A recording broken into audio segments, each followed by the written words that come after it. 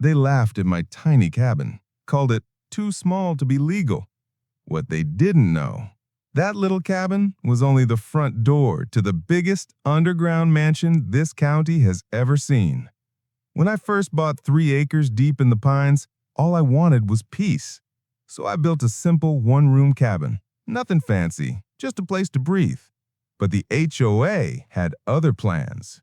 Karen, the HOA president with binoculars glued to her face, hiked onto my property one morning and declared, "Your cabin is too small. It violates neighborhood aesthetic standards. You need to rebuild or remove it."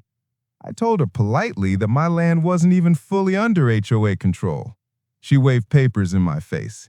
"It is now, and your little hut is an embarrassment." That was the moment I decided if they wanted to pick a fight, I'd fight with creativity, not anger. What they didn't know is that I'm a licensed structural engineer, and that small cabin wasn't the whole house. It was a decoy. For months, I worked in silence. Every night, lights off, tools underground, excavating. Reinforced concrete, ventilation shafts hidden inside tree trunks, a freight elevator disguised as a pantry floor, a full 15,000 square feet, gym, movie theater, wine cellar, a workshop that could rival NASA. By the time I was done, the cabin above looked almost silly, but that was the point. Karen came back for her final inspection.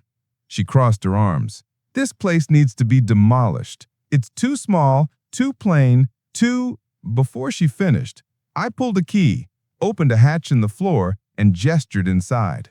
Her jaw dropped as she stepped into marble floors, LED skylights, a glass bridge over an indoor garden, and hallways stretching farther than her imagination could follow. "This is underneath that?" she stammered. "Yep," I said. "And according to county code, underground square footage is exempt from your HOA design restrictions." Her face turned the color of expired yogurt. Weeks later, the county inspector visited. He approved every inch and clarified that HOA jurisdiction didn't apply below ground level. Karen tried to fight it. She failed. Now she drives past my tiny cabin every day, pretending it doesn't bother her, that beneath it lies the biggest mansion in the valley. And the best part? I built a second underground guest suite labeled "Reserved for HOA Visits." She's never knocked again.